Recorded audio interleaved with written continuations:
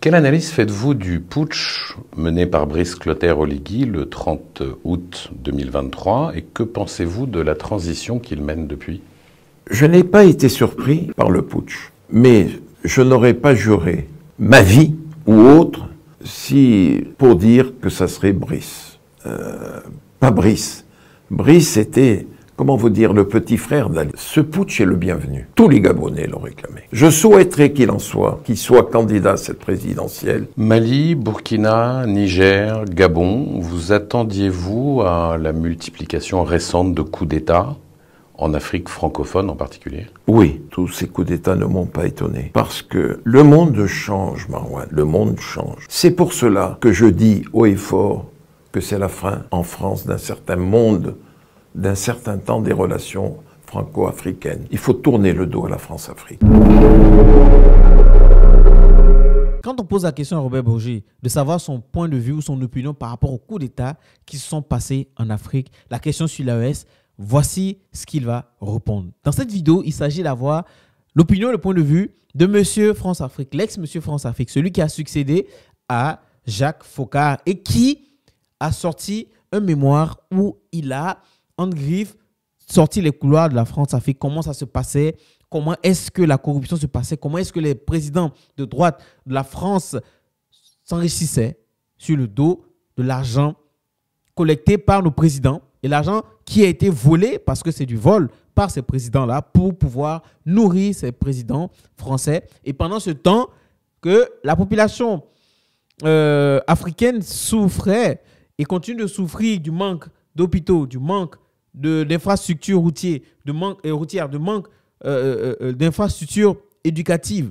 Tout ça, mais que derrière cet argent a été consommé et utilisé par ces présidents africains pour, personnellement et pour leur idéologie politique, pour arriver au sommet de l'État français. Donc, on lui pose la question et on va écouter tout simplement ensemble ce qu'il répond, ce qu'il pense des coups d'État qui se sont passés en Afrique et surtout celui du Gabon. C'est parti. Quelle analyse faites-vous du putsch mené par Brice Clotaire-Oligui le 30 août 2023 et que pensez-vous de la transition qu'il mène depuis? Je n'ai pas été surpris par le putsch, mais je n'aurais pas juré ma vie ou autre pour dire que ça serait Brice. Pas Brice. Brice était, comment vous dire, le petit frère d'Ali dans la cosmogonie du milieu bantou auquel ils appartenaient. Et le coup est venu de lui.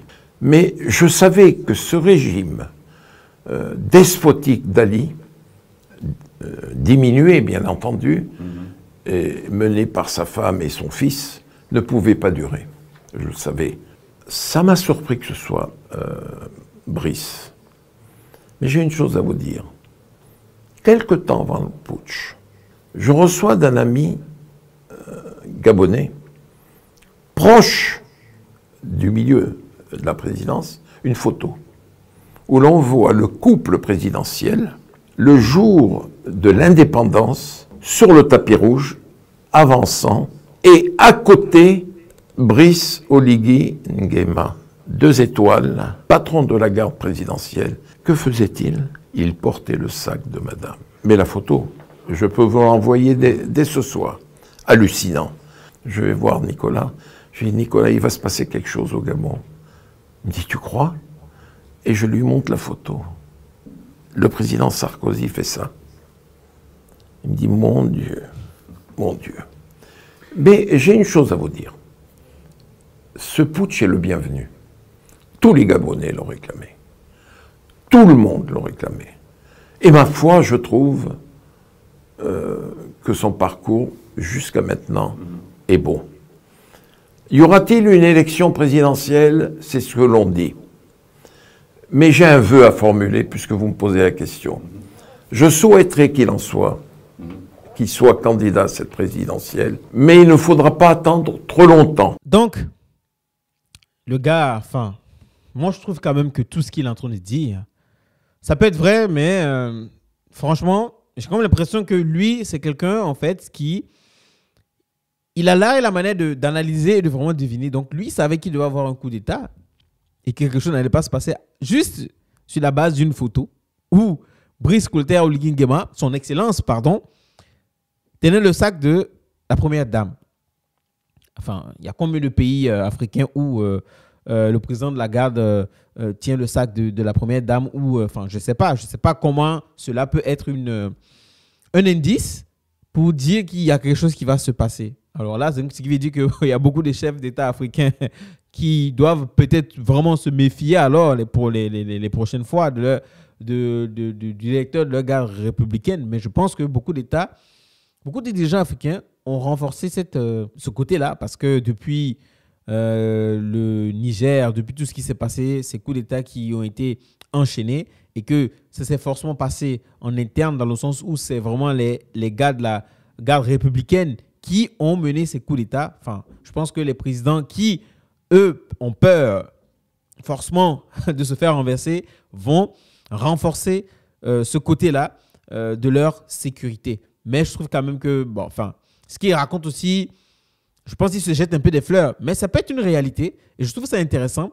Et il dit tout simplement qu'il souhaiterait que Brice Clotaire Oligui Nguema soit candidat à l'élection présidentielle. Est-ce que ce qu'il dit, est-ce que l'opposition va être d'accord? Vous savez que beaucoup de gens ne sont pas forcément d'accord. Ça commence à crier au Gabon du ton autoritaire de Brice Clotaire Oligui Nguema. Mais soyons honnêtes, soyons vrais. Est-ce qu'en Afrique, on n'a pas forcément besoin des personnes comme ça dures pour pouvoir mener la barque au pays africain avant de s'en aller? C'est une question ouverte. Hein? Tous ceux qui sont pro-démocrates, ne venez pas m'insulter en commentaire. Hein? Réagissez et défendez-vous sans pour autant injurer qui que ce soit. On continue. Vous avez été proche de Wade, père et fils, puis de Macky Sall. Comment avez-vous vécu la victoire dès le premier tour de Bassirou Diomaye Faye lors de la dernière présidentielle? Au mois de juin 2023, comme vous le savez, je l'ai assez dit, Macky Sall me fait venir au palais. Il me dit, je vais te dire ce que seule ma famille sait. Je lui dis, quoi, Macky? Il me dit, je ne serai pas candidat à un troisième mandat. Je ne vois pas pourquoi d'autres chefs d'État sont candidats. Il me dit, non, je vais laisser la place aux jeunes. J'ai assez travaillé. Il est temps que je voyage. Le lendemain, je l'avais dit à Nicolas. Et Nicolas Sarkozy a dit, effectivement, il a raison de s'en aller. Les raisons sont valables, louables.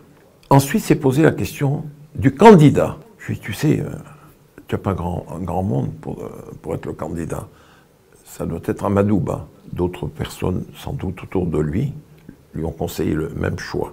Nombreux étaient ceux qui voulaient la défaite d'Amadouba. La défaite. Et je le sais. Je l'ai dit à Macky. Je lui ai dit, Macky, vous allez droit au désastre.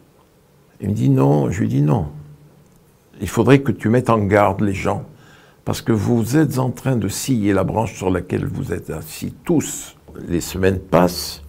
Je voyais que Amadouba avait du mal à convaincre l'entourage présidentiel.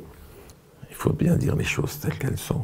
Et en quelques semaines, Macky Sall a pris la décision, souverainement, de décrisper, je dis bien décrisper, l'ambiance, la situation au Sénégal.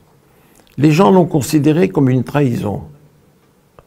Le coup de poignard porté à Amadouba, non. Le président était habité par la volonté de resserrer le tissu social au Sénégal. Et il avait décidé de libérer Ousmane et Diomaye.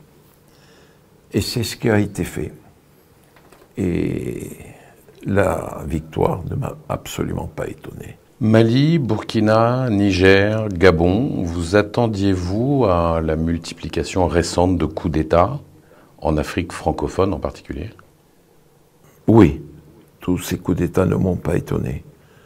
Parce que le monde change, Marwan. Le monde change.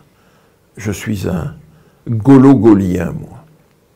Il y a une phrase dans la doctrine du général, c'est de s'adapter au mouvement général du monde. Et les chefs d'État africains ne se sont pas adaptés au mouvement général du monde.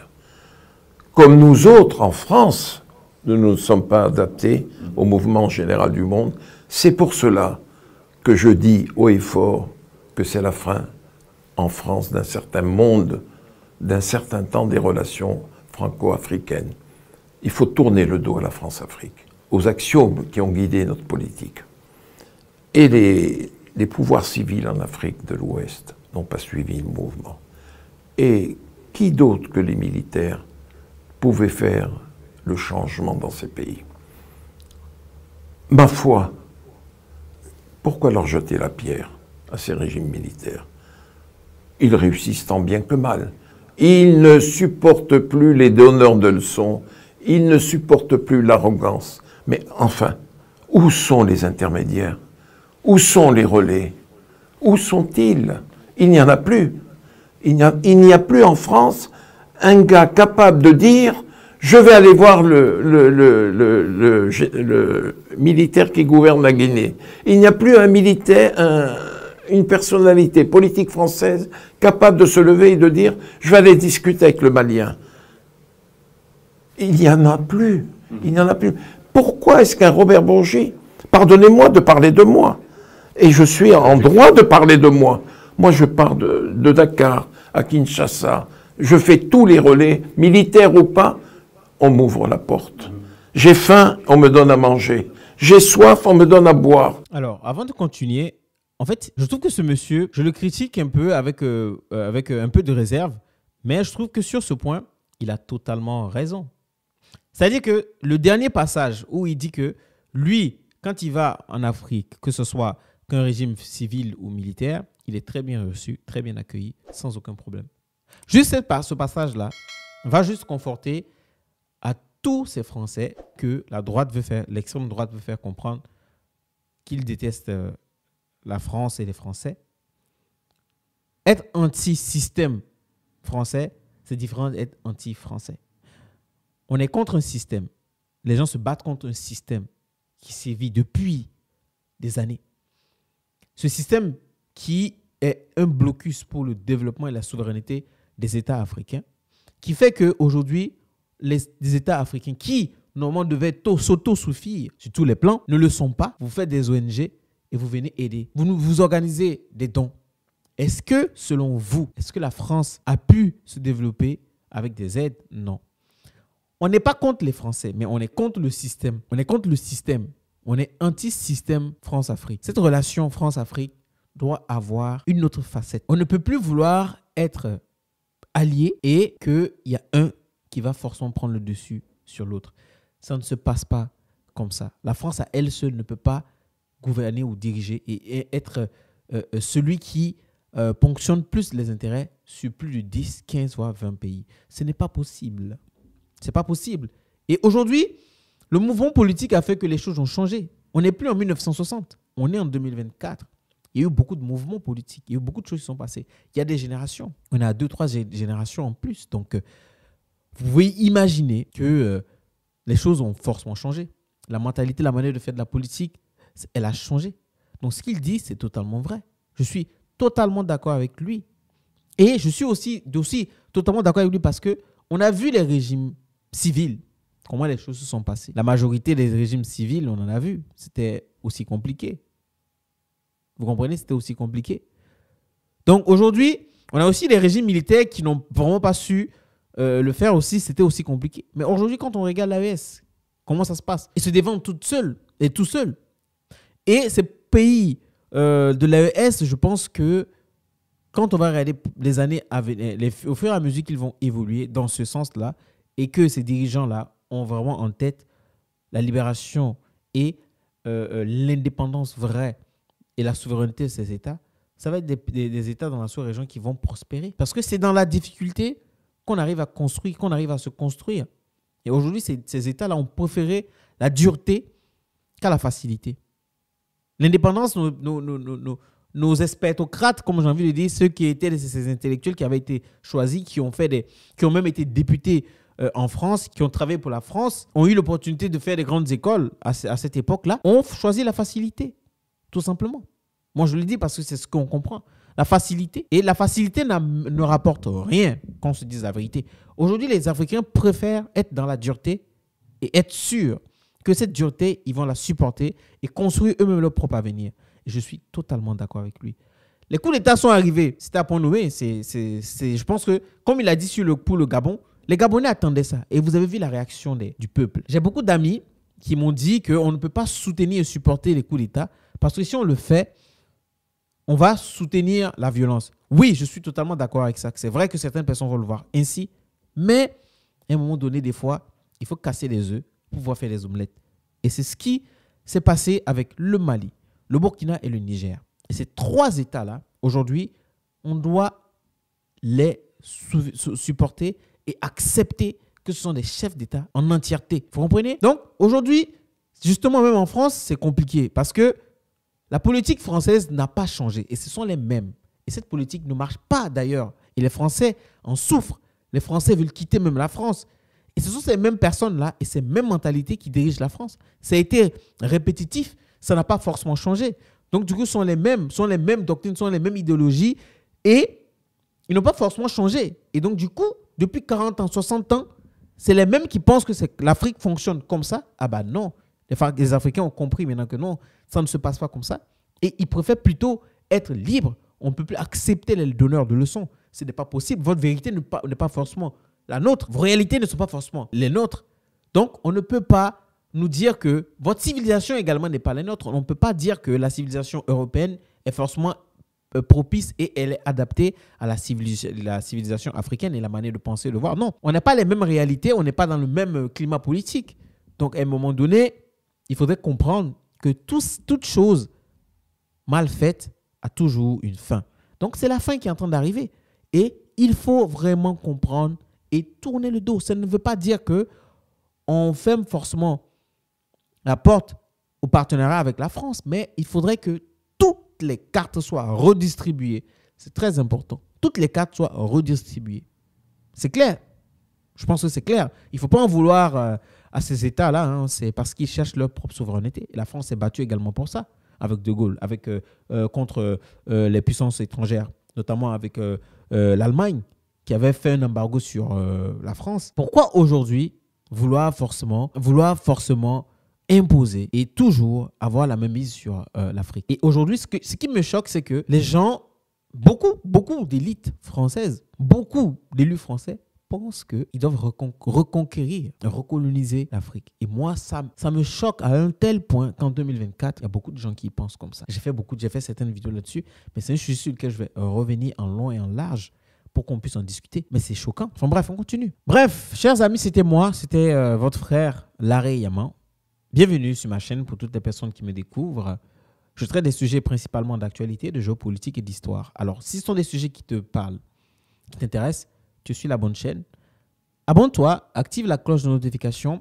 Et ce que je vais te demander, c'est vraiment de réagir en commentaire. C'est très important parce que je ne suis pas le seul détenteur de la connaissance. Donc, du coup, il faudrait qu'on s'incite et qu'on puisse se challenger, qu'on puisse débattre ensemble. Mon point de vue n'est pas forcément ton point de vue, mais ça n'empêche pas que tu puisses venir réagir en commentaire et me dire pourquoi tu n'es pas d'accord par rapport à ce que je dis. Dans le respect, on peut débattre sans insulter, sans dénigrer son prochain. Et moi, ça me fait vraiment plaisir parce que tu pourras peut-être m'ouvrir l'esprit par rapport à une chose que je ne saurais pas, peut-être que j'ignorais. Donc, réagir en commentaire, c'est très important. Et on se dit à la prochaine.